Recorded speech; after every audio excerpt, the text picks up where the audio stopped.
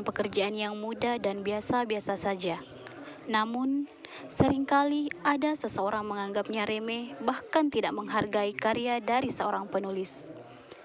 Dengan mengatasnamakan kritik karya sastra, mereka bebas mencaci maki, padahal bukan itu hakikat kritik sastra yang sebenarnya.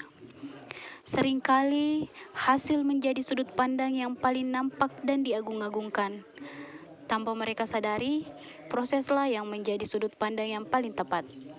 Mari kita bersama-sama membudayakan literasi menuju Indonesia kreatif dan produktif. Assalamualaikum warahmatullahi wabarakatuh. Kembali lagi bersama saya Nur Hadi dalam acara Kacamata Jurnalis. Sebelumnya, kami mengucapkan terima kasih tetap menjadikan Kacamata Jurnalis sebagai program favorit Anda. Setelah menyimak cuplikan video tadi, sudah ketebak bahwa tema kita pada pagi hari ini adalah membudayakan literasi menuju Indonesia kreatif dan produktif. Di samping saya sudah ada salah satu penulis muda asal Wajo, yaitu Purnama, atau yang lebih dikenal dengan nama Muhammad Damriansyah. Dia telah menerbitkan novelnya yang berjudul Gemulai dan yang saat ini sedang saya pegang. Adapun blurnya yaitu Cobaan tak hentinya datang dalam hidupku.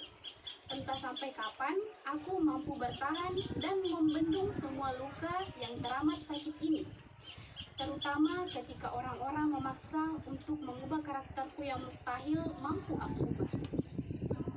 Apakah dengan karakterku yang gemulai, kalian bebas memanggilku bencong? Jika kalian di posisiku, apakah kalian juga mampu mengubahnya seketika?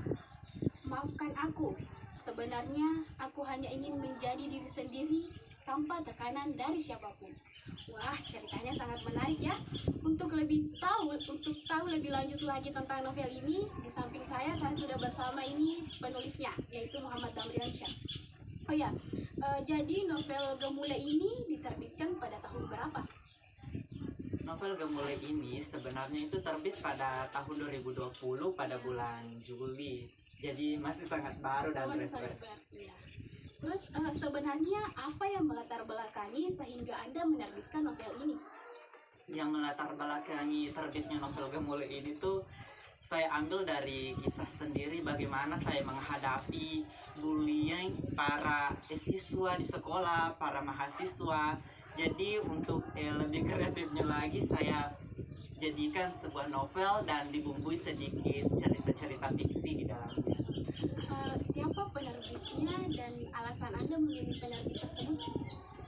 Penerbitnya yaitu Alunar Publishing, dan alasan saya memilih penerbit itu karena banyak sekali fasilitas yang bisa kita dapat setelah kita menerbitkan novel di sana. Salah satunya yaitu novel kita yang itu dikirim ke Perpus Nasional. Perpustakaan Nasional. Iya. Terus bagaimana sih tanggapan para pembaca setelah membaca novel Anda ini? Banyak sekali sih Mbak pernyataan dari para pembaca. Mulai dari teman-teman sendiri banyak yang memuji kalau novelnya itu menarik, tidak biasanya dari yang lain. Jadi berbeda dari yang lain. Iya, tetapi selain dari pernyataan positif dari teman-teman, tentu juga ada yang negatif. Salah satunya itu ada yang tidak puas dengan ending pada novel ini. Oh, tidak puas ya? Iya. Terus bisa diceritakan sedikit tentang novel Anda ini? Di novel Gemulai ini ada tokoh Amri. Dia itu di sekolah atau di kampusnya itu selalu dibully oleh teman-temannya, dan pada akhirnya jiwa atau psikolognya itu terganggu, dan ini dia berusaha untuk melalui hal-hal tersebut. Tapi apalah daya dia sebagai manusia biasa, tentunya banyak sekali cobaan-cobaan ya. Jadi di sini juga dalam buku ini terdapat ya motivasi-motivasi. Ya, betul sekali Mbak. Bahwa dalam hidup ini pas tentunya ada ujian, dan semua itu tergantung bagaimana cara kita untuk menghadapi ujian tersebut. Betul. Nah, selanjutnya ini, sejak kapan saudara Muhammad Damriansyah ini mulai menulis cerita? Kalau saya sih menulis cerita itu mulai dari kecil, tetapi barulah muncul keberanian untuk menerbitkan ketika saya duduk di sekolah SMA. Di sana saya sudah mulai mengirim tulisan ke penerbit-penerbit meskipun selalu ditolak dan segala macam. Tetapi itu tidak menjadi kelemahan saya dalam mengirim naskah. Justru menjadi kekuatan saya untuk tetap berkarya meski selalu ditolak. Begitu. Wah, itu juga seharusnya jadi motivasi ya buat kita atau buat penulis-penulis pemula. Nah, selanjutnya nih, saya lihat nama pena Saudara Muhammad Damriansyah ini yaitu Purnama. Kenapa sih memilih nama itu? Purnama. Saya memilih nama tersebut karena menurut saya purnama itu adalah hal yang paling indah, dan purnama itu mencerminkan sebuah kekuatan menurut saya. Selain itu, saya berharap dengan nama Purnama ini, karya-karya dan cerita-cerita saya bisa menjadi penerang untuk semua orang dan membuat orang lain tertawa dan senyum. Wah, sangat menarik ya. Terus, selama ini kendala apa saja yang sering Anda jumpai dalam menulis?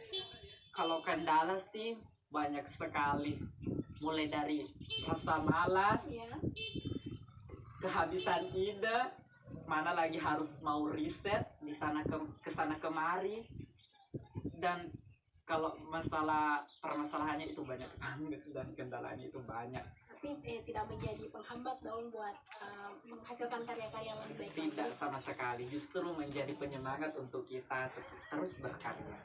Terus, apa pesan Anda untuk orang-orang di luar sana yang sedang berusaha untuk menjadi seorang penulis seperti Anda?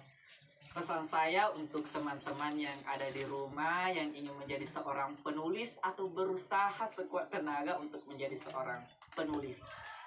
Ayo, raihlah mimpinya. Jangan takut untuk mengirimkan karya-karyanya kepada penerbit. Karena setiap karya adalah pembelajaran. Setiap naskah adalah pembelajaran.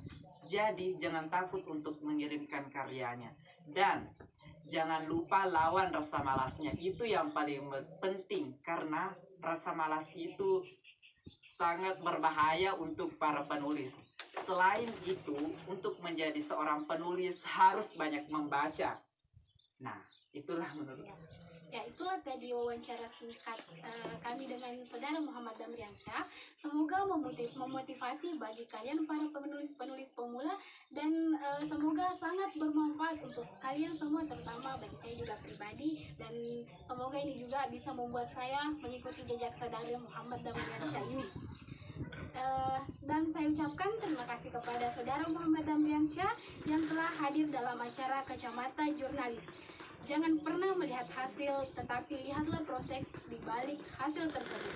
Sekian, Assalamualaikum warahmatullahi wabarakatuh.